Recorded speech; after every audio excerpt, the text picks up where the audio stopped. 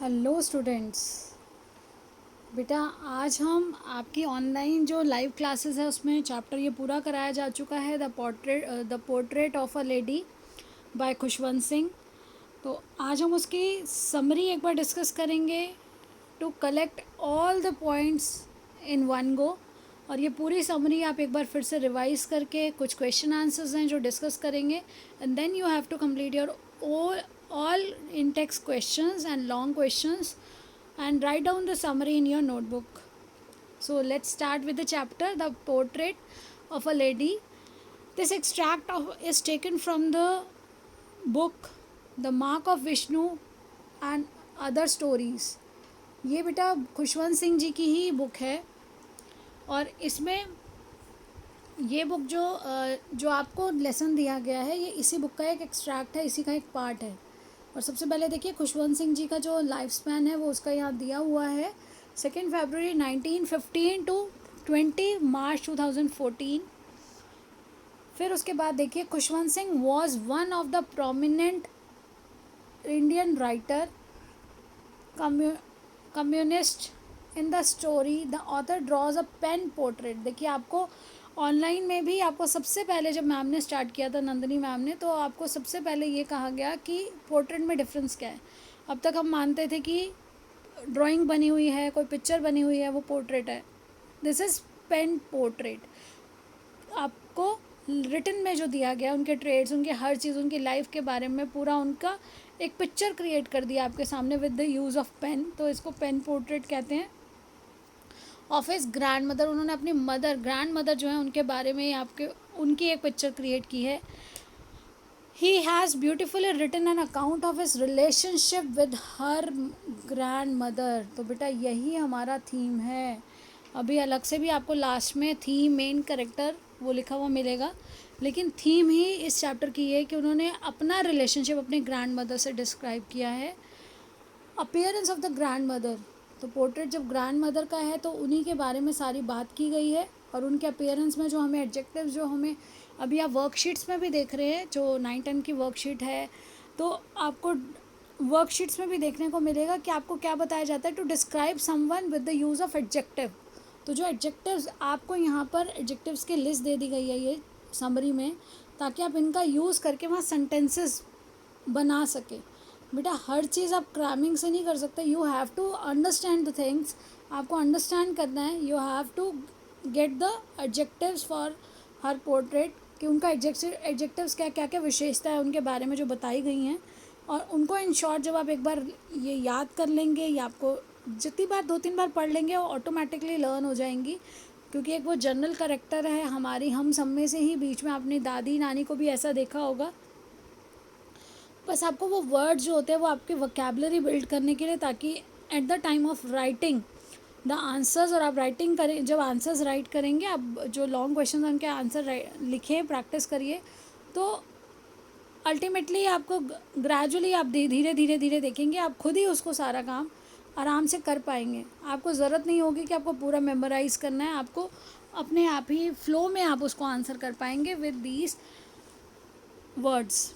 So old short थी, बुज़ुर्ग हैं वो, शॉर्ट हाइट है, फैट हैं, थोड़ी हेल्दी हैं, स्लाइटली बेंड है क्योंकि एज की वजह से उनकी जो बैकबोन है वो हल्की सी बेंड हो गई है। हर सिल्वर हेयर स्कैटर्ड, तो आपको बताया गया था सिल्वर हेयर, चमकते हुए बाल है उनके बाल इस तरह से जैसे चांदी, उस तरह से उनके जो वाइट बाल है उनमें भी चमक है। वो स्कैटर्ड है untidily on her wrinkled face, क्योंकि झुर्रियाँ हैं एज की वजह से, और उस पर उनके जो बाल हैं वो फैले हुए हैं, कुछ ऐसा ऑर्गेनाइज्ड वे में नहीं है। She hobbled around the house in white clothes with one hand resting on her waist and other telling the beads of her rosary. तो आपको बताया गया था रोजरी क्या है, जो जाप के लिए वो माला यूज़ करती थी, और हॉबल्ड वो हल्का सा लंगड़ाते हुए धीरे धीरे, जब एज के साथ वो तेज़ी से भाग तो नहीं सकती थी, वो धीरे धीरे जिस तरह से थोड़ा सा रुक कर चलते हुए, या जिसको कह सकते हैं कि हल्का सा लचक थी उनके चलने में। वो घर में आसपास सफ़ेद कपड़े वो पहनती थी, स्पॉटलेस कपड़े थे, आपने पढ़ा हुआ था उसमें, चैप्टर में पढ़ा होगा आपने। और उनका जो एक हाथ है वो वेस्ट, उनकी एक कमर पर एक हाथ रहता था, और वो दूसरे हाथ से अपनी माला को जाप करती चली जाती थी। अब author remembers her as not very pretty but always beautiful. बेटा प्रिटी आपको बताया गया था, प्रिटी उनको फेशियल मतलब आउटर जो अपीयरेंस है उस पर नहीं जा रहे हम, उनकी beauty of her heart, beauty of her character यहाँ देखी जा रही है। वो शी वॉज ऑलवेज, वो हमेशा ही ब्यूटीफुल थी, सुंदर थी। अब उसके बाद है ही compares her calm and serene face to that of a winter landscape. ये बहुत इंपॉर्टेंट है, आपसे बार बार पूछा जाएगा कि विंटर लैंडस्केप क्यों, और कंपेयर किया उनकी कामनेस को और सेरेनिटी को। उनके फेस पे जो वो कामनेस है, जो शांति है, उसको जब आप देखिए, आप अगर आंखें बंद करेंगे मेमोर, और ये जैसे आप माइंडफुलनेस करते हैं तो आंखें बंद करके आप सोचिए कि आप इस तरह से पहाड़ों के बीच में हैं, सर्दी का समय है, कैप्स पे जो माउंटेन कैप्स है, माउंटेन के टॉप पे सारी क्या है, बर्फ़ ही बर्फ़ है, वाइट। जैसे वो वाइट स्पॉटलेस कपड़े पहनती थी तो वो वाइट, वो बर्फ़ से पूरा ढका हुआ शांत वो वातावरण, उसको वो उनमें देख पाते थे। खुशवंत सिंह अपनी दादी में उस कामनेस को, सेरेनिटी को एक्सपीरियंस कर पाते थे, इसलिए उन्होंने उससे उनको कंपेयर किया। Next is daily routine. तो उनका डेली रूटीन क्या था? डेली रूटीन बेटे यहाँ चाइल्डहुड में जो स्पेलिंग है एल आएगा, चाइल्डहुड। अब देखिए childhood phase in village, starting में जो उनका बचपन था वो विलेज में था। During their long stay in the village, वो विलेज में कुछ समय के लिए दादी के साथ अकेले भी रहे जब मम्मी पापा चले गए थे to find the work in the city. तो जब तक वो वहाँ सेट नहीं हुए तब तक वो दादी जी के साथ ही रहे खुशवंत सिंह जी। अब देखिए grand mother woke him up in the morning. अब ग्रैंड मदर क्या क्या करती थी, उनको उठाती थी सुबह। प्लास्टर्ड हर वुडन स्लेट, पहले स्लेट पे पढ़ाई होती थी, अब स्लेट पे वो पूरा मुल्तानी मिट्टी से एक लेयर लगाई जाती थी जिस पे बच्चे पढ़ते थे, लिखते थे। Prepared his breakfast and accompany him to school, उनके लिए ब्रेकफास्ट बनाना और फिर उसके बाद उनके साथ ही वो स्कूल जाती थी। While he studied alphabet she read the scriptures in the temple attach to the school. तो जैसा कि आपको बताया गया है कि जब वो स्कूल में पढ़ रहे होते थे, स्कूल में अल्फ़ाबेट सीख रहे होते थे, उस समय दादी जी अपने ग्रंथों को, और क्योंकि ये पंजाब में है तो ग्रंथ उनका कौन सा, गुरु ग्रंथ साहिब है, जपजी साहिब, जो वहाँ के उनके ग्रंथ हैं, उनको वो, जो उनके धार्मिक ग्रंथ हैं उनको वो पढ़ती थी। जब खुशवंत सिंह अपने स्कूल में होते थे वो वहाँ पर पास में ही अपने गुरुद्वारे में वो पढ़ रही होती थी। On their way back home she fed stale chapatis to stray dogs. अब क्या था, वापसी में वो क्या करते थे, वापसी में जब वो दोनों वापस आते थे तो वो रास्ते में जो डॉग्स हैं उनको स्टेल, जो बासी रोटी, स्टेल क्या है, बासी रोटी, जो वो लेकर आती थी अपने साथ बांध के, वो सब उनको देती हुई आगे बढ़ती थी। The turning point in their life, in their relationship, family move to city. अब जो चेंज आया, देखिए ये चेंज जो आया, टर्निंग पॉइंट आया, और लकीली यहाँ पे भी देखिए ये टर्न इस तरह से ये दिखा रहा है कर्व। तो टर्निंग पॉइंट क्या था, author went to a city school in a motor bus. अब पहले तो दादी जी उसके साथ जाती थी उनके, लेकिन अब तो वो क्या था, मोटर बस का यूज़ करते थे और एक इंग्लिश स्कूल में पढ़ रहे थे जो law of gravity, Archimedes principal और बहुत ऐसी चीज़ें पढ़ाई जा रही थी जो दादी जी could not understand at all. She could not understand at all. Grandmother could no longer accompany him to school nor help him in studies. अब ना तो दादी जी उनको स्कूल के उनके साथ जा सकती थी, उनके साथ ना ही वो कुछ उनकी उनकी पढ़ाई में मदद कर सकती थी। She was upset there was no teaching of God, क्योंकि वो बहुत ज़्यादा धार्मिक नेचर की थी, बहुत रिलीजियस थी, तो उनको अच्छा नहीं लगता था, वो अपसेट थी कहीं ना कहीं कि यहाँ तो कुछ भी गॉड के बारे में कुछ भी नहीं पढ़ाया जाता। स्क्रिप्चर्स जो थे उनको, जो धार्मिक ग्रंथ है उनका कोई शहरों में बिल्कुल उनका कोई पाठ या कुछ ऐसा नहीं कराया जाता। Instead he was given music lesson, और उसकी बजाय क्या था कि खुशवंत सिंह जी को तो म्यूज़िक लेसन दिए जा रहे थे जो उनके अकॉर्डिंग, दादी जी के अकॉर्डिंग क्या था, according to her was not meant for gentle folk but she said nothing. उनके अकॉर्डिंग ये उन लोगों के लिए नहीं बने हुए थे, लेकिन उन्होंने फिर भी कुछ नहीं कहा। When author went to a university, अब वो बड़े हो गए खुशवंत सिंह जी, अब वो यूनिवर्सिटी गए, तो he was given a separate room. तो जो एक कनेक्शन था उनको, उन दोनों के रिलेशनशिप में, वो स्नैप्ड वर्ड आपने पढ़ा है, तो वो कनेक्शन उनका टूट गया, रिलेशनशिप अब टूटा। एक कॉमन लिंक जो था, ये देखिए the common link of their relationship was snap, क्योंकि अब क्या था, वो ज़्यादा बात तो नहीं करते थे पढ़ाई के बारे में, ना ज़्यादा वो हेल्प कर पानी थी, लेकिन अब जो उनका रिलेशनशिप था उसमें भी ब्रेक आ गया, क्योंकि अब वो जो रूम शेयर कर रहे थे वो भी अब सेपरेट रूम में रहने लगे खुशवंत सिंह। अब देखिए, grandmother rarely talk to anyone now. अब धीरे धीरे ग्रैंड मदर ने क्या किया, उन्होंने किसी से भी बहुत ही कम किसी से बात करती थी। She spend most of her time sitting beside her spinning wheel, reciting reciting prayers and feeding the sparrows in the afternoon. वो अपना टाइम कैसे स्पेंड करती थी, वो अपने जो स्पिनिंग व्हील है उसके साथ अपने रिसाइटिंग प्रेयर्स अपनी जाप करती रहती थी। और स्पैरोज़ को दोपहर को सबसे अच्छा टाइम उनका कौन सा था, जब वो दोपहर को छोटे छोटे क्रम्स में जो चपातीज़ हैं या ब्रेड्स हैं वो उनको चिड़ियों को खिलाती थी। तो वो उनका सबसे अच्छा टाइम था जिसको वो इन्जॉय करती थी। When the author left for abroad. अब यहाँ पे देखिए, अब जब ऑथर ने क्या किया, जब वो बाहर फॉरेन कंट्री में जाने लगे, grand mother didn't get disturb, उन्हें कोई फ़र्क नहीं पड़ा। Rather she saw him of at the railway station, वो उसे छोड़ने गई। Seeing her old age, narrator thought it was his last meeting with her. लेकिन उनके ओल्ड एज को देख के नरेटर कहीं ना कहीं ये सोच रहे थे कि शायद वो आज लास्ट मिल रहे हैं उनसे।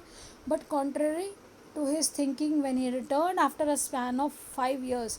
लेकिन उसके विरुद्ध, उसके दूसरी जगह हुआ क्या, उससे अब विपरीत हुआ कि जो उन्होंने सोचा था ऐसा नहीं। जब वो वापस आए 5 साल के बाद, grandmother was there to receive him.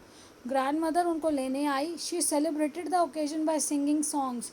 उन्होंने उस ओकेजन को सेलिब्रेट किया, गाने गाए, अपने घर में सभी बुलाया, अपनी songs of homecoming warriors on an old dilapidated drum. बेटा ये क्या है, पुराना घिसा हुआ, ओल्ड वॉर्न आउट। डिलापिडेटेड क्या है, जैसे ढोलक जो घिस चुकी है, जिसका थाप जहाँ पर देते हैं वो कपड़ा भी घिस चुका है। लेकिन उनका जो एनर्जी थी, उन्होंने पूरी एनर्जी के साथ उसको ओकेजन को एंजॉय करना चाहा। जैसे कि वॉरियर्स अपने घर पे वापस आते हैं along with the ladies of the neighbourhood. उन्होंने अपने आस पड़ोस की सभी औरतों को बुलाकर उस ओकेजन को सॉन्ग्स के थ्रू बहुत से गाने गाए, ड्रम बजाया और इन्जॉय किया उस मोमेंट को कि अब वो वापस आ गए थे। Next morning she got a mild fever. अब वो शायद हो सकता है कि बहुत ज़्यादा उससे थक गई, तो सुबह उनको बुखार हो गया हल्का। She could foresee that her and was near. अब वो फोरसी क्या बेटा, बड़ों को कईयों को ये इंट्यूशन खुद ही एहसास हो जाता है कि अब उन्हें एहसास हो गया कि बस अब वो अंतिम समय है उनके लिए। Peacefully kept on praying and telling the beads till her lips stopped moving and the rosary fell from her lifeless fingers। वो तब तक उसके बाद उन्होंने किसी से बात नहीं करी, वो शांत रही, प्रेयर्स करती रही और लास्ट मिनट तक वो अपनी वो जो बीट्स थी, वो जो रोज़री की बीट्स थी, उन्हें मूव करती रही अनटिल वो जो लास्ट, जब तक कि उनके लाइफलेस है हैंड फिंगर्स, जब तक उनमें जान थी फिंगर्स में, तब तक वो अपने ईश्वर को ही याद करती रहीं, जब तक कि उनके हाथों से जो जिनमें जान नहीं बची थी वो रोज़री जब तक अपने आप गिर नहीं गई। अब देखिए रिएक्शन ऑफ स्पैरोज़, जो एक इम्पॉर्टेंट पार्ट है कि स्पैरोज़ जो थी उन्होंने कैसे रिएक्ट किया। To mourn her death thousand of sparrows flew in sat scattered around her body. जब उनकी बॉडी को बाहर रखा गया उसके बाद, तो थाउजेंड्स ऑफ स्पैरोज़ वहाँ पर आई, उनके चारों तरफ वो वहाँ पर बैठ गई। देयर वॉज नो चिरपिंग, कोई वहाँ पे उनकी साउंड नहीं थी। When author's mother threw bread crumbs to the sparrows they took note notice of the bread. अब बर्ड्स को देख के जैसा कि उनकी मम्मी दादी करती थी, तो मम्मी ने भी क्या किया, कोई ऐसी साउंड, कोई वो खुशी में जो चिरपिंग करती हैं स्पैरोज को, वो बिल्कुल साइलेंट थी। मम्मी ने वहाँ पर ब्रेड क्रम्स डाले लेकिन उन्होंने उसका कोई नोटिस नहीं किया, उन्होंने उस पर ध्यान नहीं दिया। They flew quietly when the dead body of grandmother was carried away from the last rite for last rites। तो जैसे ही बॉडी को ले जाया गया क्रिमेशन के लिए, तो बॉडी को जब ले जाया गया वो भी साथ साथ क्वाइटली साथ साथ उड़ गई वहाँ से। तो देखिए ऐसा नहीं है कि हम जो ह्यूमन बींग्स है वो इस पर वो रिएक्ट करते हैं या वो अपनी फीलिंग्स को एक्सप्रेस करते हैं। यहाँ पे देखिए बर्ड्स भी किस तरह से अपने अटैचमेंट को और अपनी फीलिंग्स को एक्सप्रेस करती हैं। अब ये कुछ क्वेश्चंस हैं जो आपसे मैं डिस्कस कर रही हूँ। How did the grandmother spend her whole day. तो ग्रैंड मदर अपना पूरा दिन कैसे स्पेंड करती थी। The grandmother spend her whole day by getting her grandson ready for the school, making chapatis for him, dropping him to school. Besides, she always remained busy in reciting prayers and telling the beads of her rosary, वो सारा दिन पहले खुशवंत सिंह जी को तैयार करना, उन्हें school लेके जाना, फिर वो चपातीस बनाना, फिर जो अच्छा काम वो प्रेयर्स कर सकती हैं या वो स्टेल चपातीस डॉग्स के लिए लेकर जाती थी। तो ये सारा आप इसमें लिख सकते हैं। Why was grandmother so disturb when the narrator started going to the city school. तो यहाँ पे देखिए बेटा, जब वो सिटी स्कूल जाने लगे, यहाँ गोइंग में आई आएगा, गोइंग। तो इसके बाद क्या है, the grandmother was a religious lady who love to read scriptures and tell the beads of the rosary when her grandson told her about the subjects being taught at school. अब वो बहुत religious lady थी, वो अपने पाठ करती थी, अपने ग्रंथ्स को पढ़ती थी, उन्हें बहुत अच्छा लगता था, वो चाहती थी कि वो भी उसे सुने, वो उन्हें सुनाने की भी कोशिश करती थी इन सिंग सॉन्ग मैनर। तो अब जब देखा कि वो तो सब्जेक्ट जो उन्होंने बताया वो बिल्कुल अलग थे, कोई रिलेशन नहीं था उससे, she felt offended and reacted strangely. According to her, music was a monopoly of heralds and beggars. तो उनको तो क्या लगता था कि सिर्फ हेरोल्ड्स और बैगर्स जो होते हैं उनके लिए म्यूज़िक बना है, क्योंकि पहले के समय में म्यूज़िक में इतना ज़्यादा इंटरेस्ट नहीं दिखाया जाता था उसके लिए, जैसा आज नेम और फेम है वैसा तब नहीं था। अब देखिए question number 3, how did the sparrows express their sorrow when the author's grand mother died. तो स्पैरोज़ का अभी हमने पढ़ा है कि स्पैरोज़ ने कैसे रिएक्ट किया। The author's grandmother was very fond of feeding sparrows with bits bread crumbs. बेटा ब्रेड crumbs.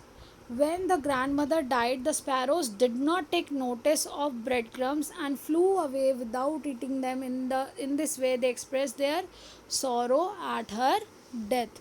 वो बिल्कुल नहीं रुकी थी, उन्होंने नोटिस नहीं किया उन ब्रेड क्रम्स का, और वो साथ ही साथ जैसे उनकी बॉडी को लेके गए वो वहाँ से उड़कर क्वाइटली वहाँ से चली गई।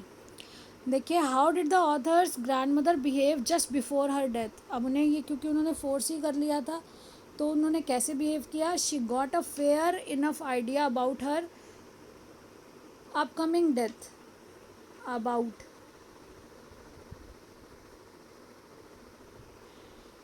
Therefore she decided not to waste even a single second. अब उन्हें क्या लग रहा था कि अब उनको पता चल गया था कि अब बस उनकी डेथ होने वाली है, अब ये उनका लास्ट मिनट्स हैं, तो उन्होंने बिल्कुल एक सेकेंड भी नहीं अपने वेस्ट करने चाहे। While talking to her relatives, वो अपने रिलेटिव्स से कोई बात नहीं की उन्होंने। बट शी रिसाइटेड, उन्होंने क्या किया, उन्होंने सिर्फ प्रेयर्स अपने रिसाइट की, telling the beads of a rosary. She gave a clear signal to her family that she was no longer interested in talking to them. उन्होंने क्लियर सिग्नल दे दिया कि नहीं, अब उन्हें कोई ऐसी बात नहीं करनी है। She was busy with her prayers. Why did the grand mother hate music. तो ग्रैंड मदर म्यूज़िक क्यों हेट करती थी, क्योंकि वो सिर्फ समझती थी कि जेंटल फ्लॉक जो है ये उनके लिए नहीं बना है। Grand mother considered that the music was indecent and was meant only for heralds and beggars. It was not meant for gentlefolk or school children from respectable families. अब देखिए बेटा, नेक्स्ट क्वेश्चन है,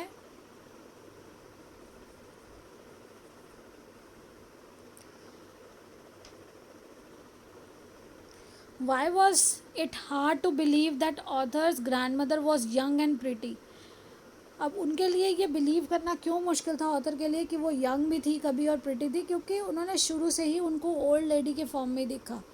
it was hard to believe that the author's grandmother was young and pretty because she, यानी कि author as a young boy had always seen her and as an old lady. She was short statured and wrinkled all over. She had a quiet personality whom everybody respected. To imagine her as a young and pretty girl was revolting thought for the author। ये उनके लिए बहुत इसलिए मुश्किल था क्योंकि उन्होंने हमेशा ही ओल्ड एज में देखा था उनको। Why was the grandmother dissatisfied with the city's education। तो ग्रैंड मदर सिटी एजुकेशन से क्यों डिससेटिस्फाइड थी बेटा, क्योंकि cities education, the grandmother was dissatisfied with the city's education because they never taught about scriptures and God. The teachers taught science, the law of gravity, etc., which was not of much importance to her। तो जो वहाँ पढ़ाया जा रहा था उसकी कोई understanding उनको नहीं थी, और वहाँ पर ना तो भगवान ना ग्रंथों के बारे में कुछ पढ़ाया जा रहा था, और उन्हें उस चीज़ की क्योंकि नॉलेज नहीं थी तो उन्हें लगता था इसकी कोई इम्पोर्टेंस भी नहीं है. Now what was the turning point of in the author's and grandmother's relationship. तो बेटा टर्निंग पॉइंट क्या था, जब वो बिग सिटी में गए. The author had to be sent to a big city of for education. This was the turning point in his and grandmother's relationship. The author began to receive education in English medium school.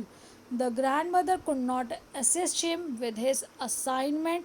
अब क्या था, वहाँ पे जब big city में पहुँचे तो turning point क्यों है, क्योंकि उनका रिलेशनशिप अब क्या हुआ, थोड़ा थोड़ा कहीं ना कहीं वो अब एक दूरी क्यों आ गई थी कि पूरा टाइम जो दोनों साथ थे वो साथ नहीं रह सकते थे. ऑथर मोटर बस से जा रहे थे, वो बस स्कूल बस से जा रहे थे, तो दादी उनको अकम्पनी भी नहीं कर पा रही थी. वो पहले उनको पढ़ा पाती थी क्योंकि वहाँ पे सारे अल्फ़ाबेट्स जो पढ़ाए जा रहे थे, जो कुछ स्क्रिप्चर्स के बारे में बताया जाता, दादी वो बता पाती थी. अब जो इंग्लिश मीडियम के स्कूल की एजुकेशन है वो डिफरेंट है. तो the grand mother could not assist him his assignment. उसे पढ़ा नहीं पाती, उसे सपोर्ट नहीं कर पाती, हेल्प नहीं कर पाती. Therefore became withdrawn. इसलिए उन्होंने कहीं ना कहीं वो अलग हो गई. She began to feel lonely. अब वो अकेला फील करती थी तो उन्होंने क्या करना शुरू किया, एफर्ट्स पैरोज इन हर पास टाइम. अब देखिए यहाँ पे हमने पूरा जो चैप्टर कंप्लीट किया है, उसमें चैप्टर है हमारा the portrait of a lady. Author है इसके Khushwant Singh. Characters, main characters कौन से हैं बेटा, ऑथर एंड ग्रैंड मदर. और थीम क्या है हमारे पूरे चैप्टर की, author's relationship with his grandmother. I hope everything is clear to you. So keep learning, enjoy learning and understand the chapter.